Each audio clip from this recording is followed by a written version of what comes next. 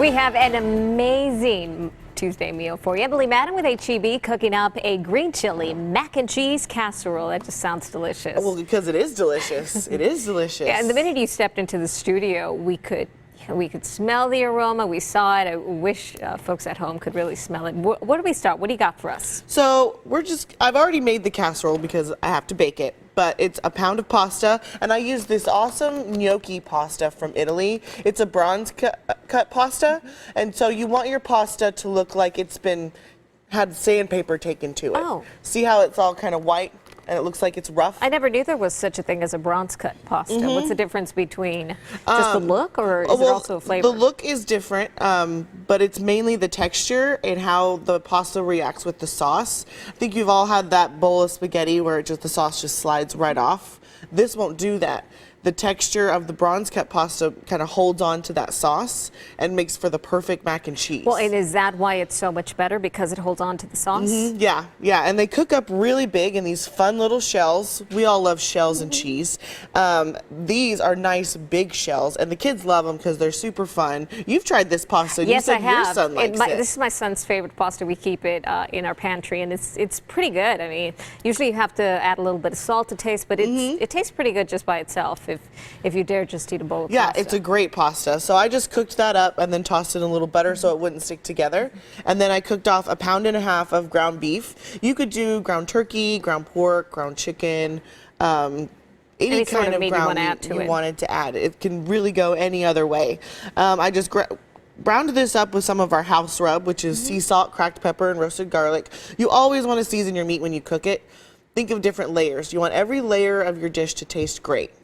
And so you want a great tasting meat in the dish, so you make it taste good. And with this dish, as with any other ground beef dish, do you recommend that we, press down on the water after all the fat is taken out? Is that important or not? Well, what I like to do is I'll take my meat out and put it on, I have a small little baking sheet, and I'll put paper towels down, and I'll take my meat and just dump it out of the skillet onto the paper towels, so that way that soaks up a lot of that extra grease, takes some of that extra fat out. That's a great tip. I hadn't thought about that, because it's a little difficult to squeeze it out of a pan that you have there, and you're afraid that you're going to be spilling some of the That's how you can hurt yourself with the grease or the hot pan. You can spill your meat everywhere. Just dump it on a little baking dish with some paper towels. Keep it easy. Okay, so we put the rub, and now we got... so we got the green chili stew. Everybody's favorite green chili stew. I take this, a whole jar of this, and then half a block of the Easy Melt cheese.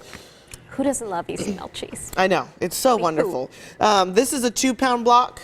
So you just would need 1 pound, so that's half of this. And then for the rest of it, you can make some queso later, I guess. For the weekend. 1 jar, 1 pound, 1.5 pounds, 1 pound, and then half a cup of cream. Now, do I put this, would your recommendation be put this in the microwave, or can I do it stovetop? What's best? You could do either way. If you have a microwave-safe bowl, cube this up, put the green chili stew in there, and then pop it in the microwave, stir occasionally, about 3 minutes or so. I do everything on the stovetop just because I'm not a huge fan of my microwave. It's for popcorn. It's for popcorn. So I just always do it on the stove real quick. Melt it all together, pour in your cream, and then you just toss everything together. Put it in a prepared baking dish. I like to get it nice and buttered up on the edges. Put it in there, layer it out, and then top it with more cheese. More cheese. Because it's macaroni and cheese, Right, so we need more cheese on there. And here it is, the finished product, the star. Serve it up for us because we want to see what it looks like. And once it bakes, once it's in the oven, it only takes about 15 to 20 minutes to bake. So it's really, really quick. It freezes well. You can also make it the night before. I made this last night. You could probably get 2 dinners, like you said, freeze it well the following week, a couple of weeks later. Look at that. Okay, I'm doing it. Do it. I don't care about the diet. It's so good. What diet, right, guys? It's cheesy and delicious. It's like stuffed shells because the shells are so big, they scoop everything up. It's not too spicy. No, it's not. All the cheese and the cream really kind of tone down the spiciness from the green chili stew. But that cheese is just incredible. Wow, Emily, as always. So easy and delicious. Love it. Have a great day. Thanks for joining us this morning. And we're going to be right back in here.